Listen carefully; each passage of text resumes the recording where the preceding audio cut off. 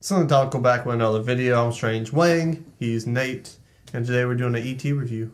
See what happened was. Alien shows up. They're exploring. Pretty harmless.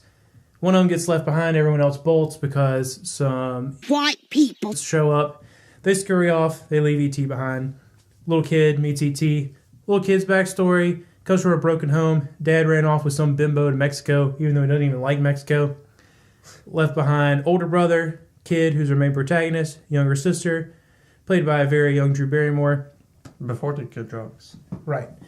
So, kid befriends Alien, starts to talk, learns with him. All the kids know about him, trying to keep it from mom.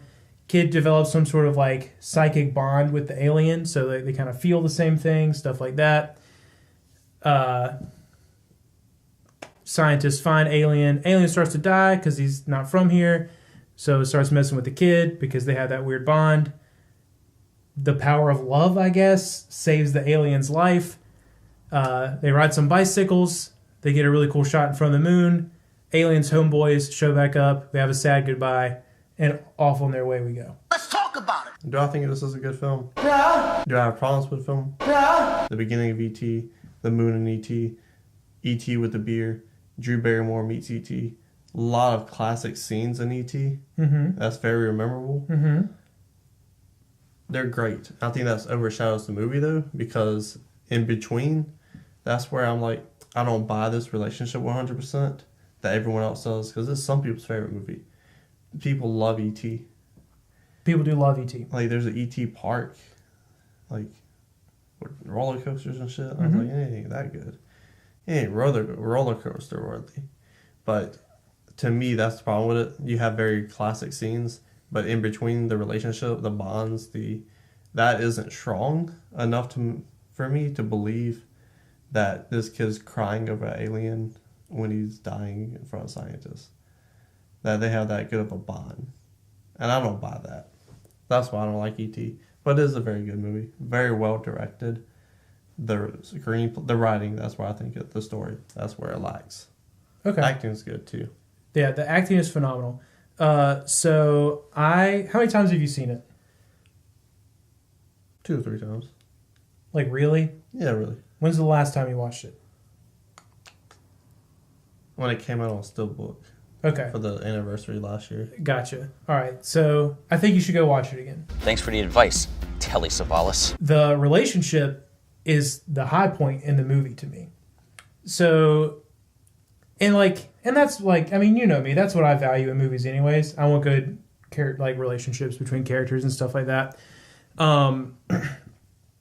So I love his relationship, but it wasn't until the second time that I watched the movie that I felt that way. So like I got a hint of it the first time. I still agree with you that it's a little overrated. And I think so much of that is nostalgia driven. I really do. But I think in the 80s, you saw this rise of both members of the household being very career driven. So that also kind of led to a lot of split families. Moms weren't always just the stay at home typical mom anymore. Right, and I think that's why so many kids in that generation related to those movies. I mean, the split families of the 80s are what led to the grunge of the 90s and that rebellious attitude and stuff like that. So E.T. is actually a very culturally relevant movie because it really touches on a bunch of that stuff. This kid is so lonely because his kid sister's too young to mean anything to him. His brother and his friends kind of bully him, and his mom is just too fucking busy and too sad about her divorce to really like be a good mom to her kids. I get all of that. So the fact that he found this friend, like he found someone that actually loves him and cares about him in E.T. And I really love that part of it. I actually do get a little teary-eyed when when E.T. like sees his friend show up, because it turns out that the core of that movie is just about how much we need people who care about us in our lives. And I love that.